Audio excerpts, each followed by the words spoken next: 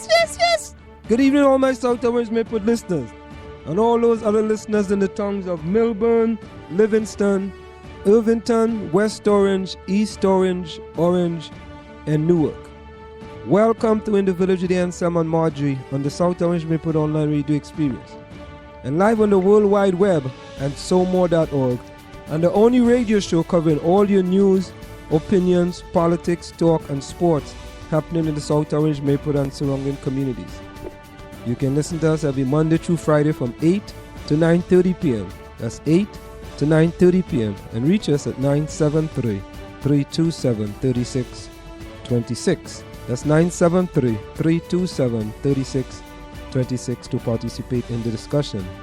We have an interesting program lined up for you this evening, and I look forward to your participation in the discussion. Marjorie, welcome. Thank you, Anselm. Good evening. Good Monday. Happy Monday.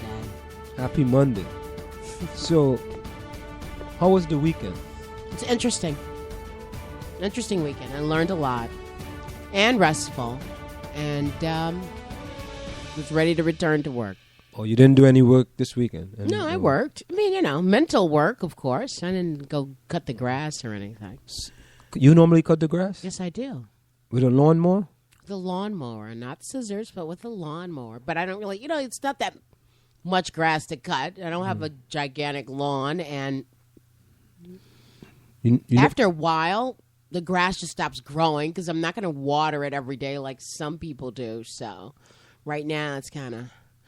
Oh, you don't have enough lawn for a gardener. That's what it is. Of course not. I don't have the money for a gardener. I'm the gardener, and actually, I find that to be quite...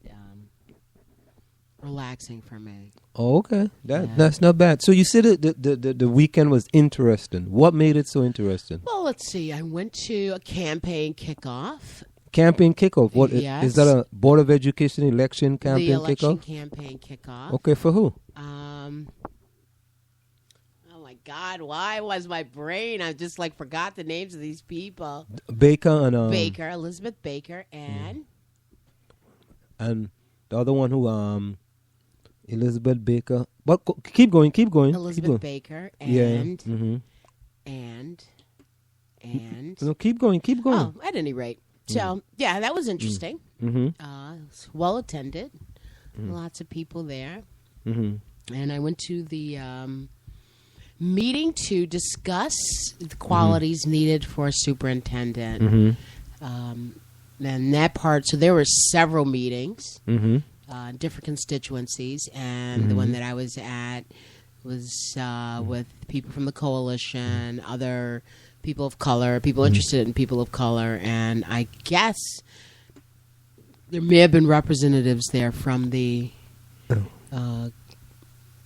South Orange Maplewood Black parents of African descent. So Maureen Jones. Maureen Jones, yes, I'm sorry, lovely woman. I'm sorry, Maureen. If you ever hear this, Maureen Jones and Elizabeth Baker. Elizabeth Baker. So what did you really learn from their coffee? I don't know if it's a coffee because it was more than coffee there. They had really nice food. How was that? Okay, that was one thing. The candidates both spoke. And the people there to support them were certainly a lot. It wasn't outside. It was inside. The people were kind. It was warm. It was receptive. It wasn't as if it was a question-answer session, so people got to just meet them personally. And you met with their supporters. And Who's their campaign manager? You know who their campaign manager is. No, Steve Latz? Steve Latz is their campaign manager. All right, okay. Yeah. What about Maluku and Donna Smith? I know you attended something for Donna Smith.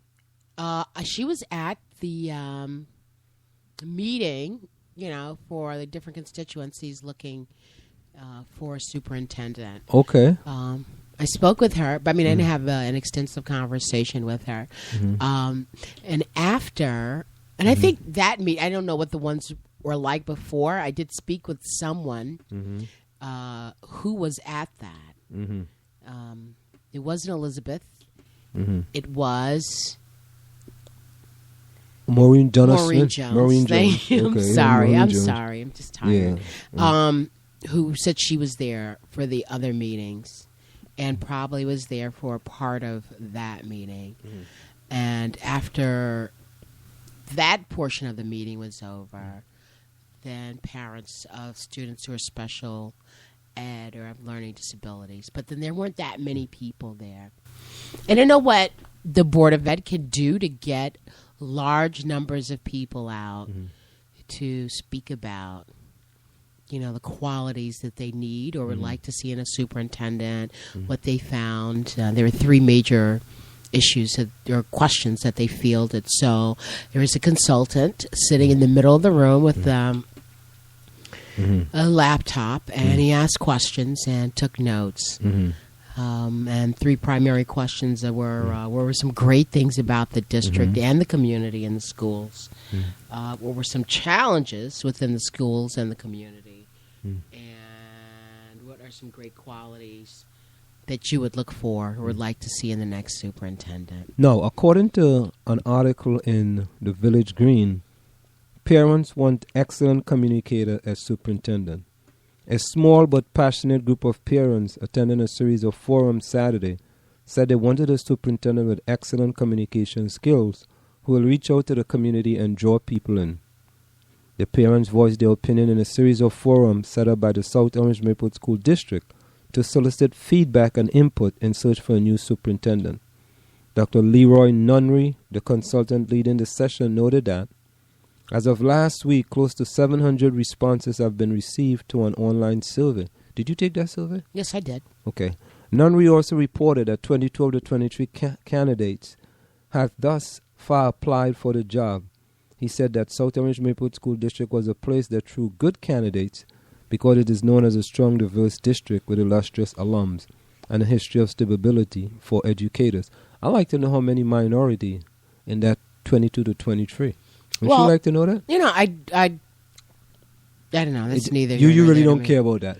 No, and I'll tell you the notes. Is that the extent of the article? No. Because I can tell you what I wrote down and what I found in my part of it. Right, yeah, we're gonna discuss that. At the forum for parents of middle schoolers, a group of 10 parents, which ultimately grew to 14. That's disappointing. 10 parents. 14. Had many positive comments about the district to start. One mother noted that the climate at Maplewood Middle School had been energized by the implementation of the IB, that's your favorite program, the International Baccalaureate Middle Years Program. She said that there was a positive energy and passion shared by school leadership and teachers. Another parent lauded the Model UN program that has grown from 14 kids to more than 40 at Maplewood Middle School. Wow. A South Orange Middle School parent talked about how his daughter had been engaged in math and also applauded the health classes and nutrition education. Another parent remarked on the strong science curriculum and that the district middle schools were inviting and accepting places, unlike the common reputation of middle school life. When the conversation turned to criticism, the major and repeated comments were about communication and a deep, deep unevenness of teachers in the middle school. A deep uneasiness? Unevenness. Many felt that the late assignment of teachers and teams had to do with this unevenness as the district tried to afford spending a summer haggling with parents who would want teachers for the children. What do they mean by unevenness? Well, the late assignment of teachers had to do with this unevenness. Let me see. There were not enough assigned, is that it? Well, it was signed unevenly. When the conversation turned to criticism, the major and repeated comments were about communication and a deep unevenness of teachers in the middle school. I don't know. Uneven, maybe. I don't know. Maybe it's not even. I guess that's even Steven. It's odd. Okay. Parents criticized the situation at South Orange Middle School where they say homeroom assignments were posted late. Also, a father said the process I do that. You what? Post homework assignments late. Go ahead. What else? Also, a father said the process of informing parents of math placement was needlessly confusing and mysterious. Yeah. The summer math packet was never communicated, one mother said, and the step-up programs are very under-communicated. Many felt that the path to acceleration in math was also mysterious and hard to navigate. One parent noted that the process must be nearly impossible for parents of ELL students. I guess it's English language learners, yes. Okay, students. if it's already so difficult for English-speaking parents? Parents were at odds over whether a new superintendent should have a traditional or non-traditional background. Most wanted a traditional background, but were open to some communication. One parent said she was open to someone who had worked in education, but also switched careers at some point, someone who had business work experience and well-rounded. Another attendee said she felt the superintendent needed a strictly educational background to work effectively with the unions. Yet another felt that an education background was important to command the respect of the teachers. That's true. Teachers generally don't respect non-teachers. Oh, really? Well, I mean, if someone is coming in from the outside, from the world of business, and then they want to operate a school as if it were a business. But does it really matter? I got to get your respect? Yes, it does. Really? To get the job done? In order to get my boss. Respect, but I'm no, your people boss. don't. I don't need to get your respect. Okay, I'm well, your you boss. can take that if you want, but But teachers don't look at stuff like that. Or you guys don't look at because you got tenure, right? It's not just that. I mean, you are not the boss. This is not a corporation. He's the boss. No, He's you the work. superintendent you of work the school system. for the Board of Education or the Department of Education, just like I do. So you want a former teacher, a guy who went through who had somebody came through as principal. I think that yes, we all. I mean, as a teacher, we respect people who have been in a classroom before. What does this deal with respect? Can go ahead. What do you know? You talking about this is an important You position. asked the question, and I'm telling you that we respect people who have been in a classroom. That is why, by saying that you've had that experience, and you know what the majority of people who are teachers who work in a system have to deal with and have to do, then I have respect for you. You see, I think if you are coming from Ford Motor Company and you want to try to run this, it's a business. No, it is not. It It's is a an business. It is a public service. It's not a business. A public Businesses service. operate for profit. This is not operating for profit. It's operating for the public good.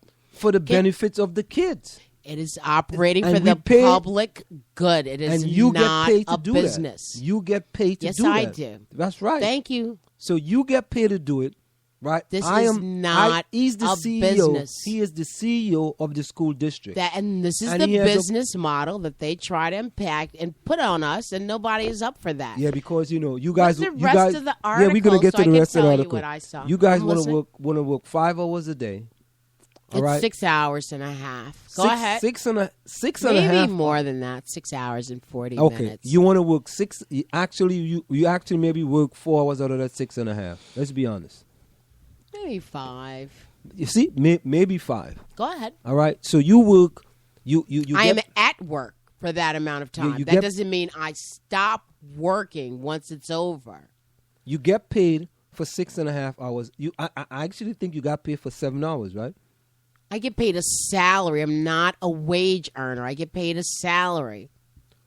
So what it is that you could work 25 hours a day and you still get 25 hours a week. That is how salaried employees work. And you get, I thought you had to work at least 37.5 hours. That's what salary is. No, I don't know what. I mean, people who are CEOs may not even work and they're getting a salary. So here we are talking about a salaried employee. So when you get a salary, they're saying that you're going to make $60,000 a year. Mm-hmm. If you are